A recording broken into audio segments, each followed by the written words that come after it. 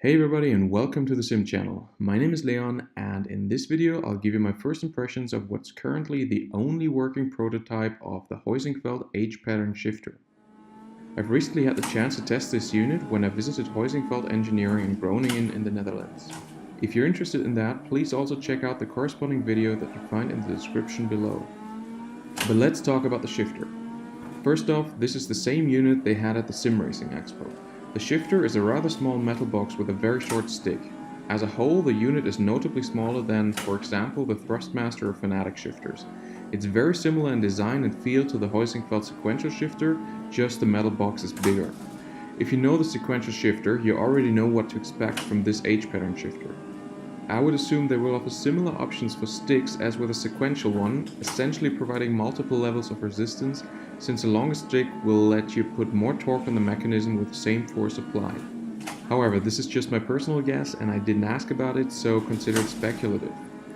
And while we're speculating, to the best of my knowledge, there is no official release date or price yet. According to Heusinkveld, it will be out in a few months, and as far as pricing, I would guess that it'll be positioned quite a bit above the sequential shifter, so maybe somewhere in the €400 region. However, I didn't get any info about that from the guys, so your guess is as good as mine. Coming back to the operation of the shifter, if I'm not completely mistaken, it's a 6-speed H-pattern shifter with a reverse gear that goes off to the left front at a bit of an angle, so it sits next to the first gear. The feeling of it is very mechanical, very crisp, with quite a bit of resistance. Certainly more than I know from any street car I've driven, and it's very precise.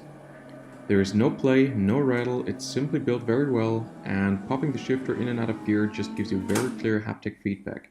With a short stick it has very short throw, allowing for very fast shifts.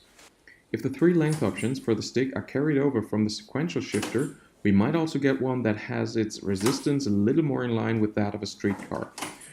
With a small stick, the gears are very close to each other, so misshifts can happen from time to time, at least when you're new to the shifter. I believe that once you've used it for a couple of hours and you've adjusted to the exact placement of the gears, misshifts will become very rare. It felt at least like the reverse gear is hardly mistaken for first, even though there is no lockout of any sort. But does it feel like a real car's shifter? Well, it certainly doesn't feel like any street car I've driven, but I could imagine that there are some gearboxes out there on sports or race cars that feel similar in throw, gear spacing and peak resistance. This shifter is certainly not meant to precisely model the rather complex resistance curve that you find in regular cars though, but I'm not sure it has to. When you drive it, it will quickly become second nature, and it's one of these items that you just don't have to think about while driving. You don't have to be gentle or very careful with it, there's no flex and you won't get stuck between gears hitting some top plate separating the gears. Operationally, it's a rather simple piece of equipment and I don't think there's a lot you can adjust on it. It just does the job it's meant to do. With respect to durability, I asked the guys at Heusinkveld if I should be in any way careful not to break it, and the answer was simply, you can't. This thing feels like something that will last you a decade. In the official announcement, it says that the box might grow slightly larger in order to fit the electronics inside. Also, the mounting and material finish might change a little, and even the shift feel might be adapted slightly. Overall, I have to say though that with the exception of the external electronics, this thing feels like a finished product. It isn't flashy or pretty like the Thrustmaster and Fanatic shifters, it doesn't have any bells and whistles, and it's not a tech toy that you spend hours exploring and tweaking. It's more of a 6-trick pony, and that's all it needs to be in my opinion. The joy is in using it as a tool while driving and never having to think about upgrading the shifter again. And that will already be it for this video.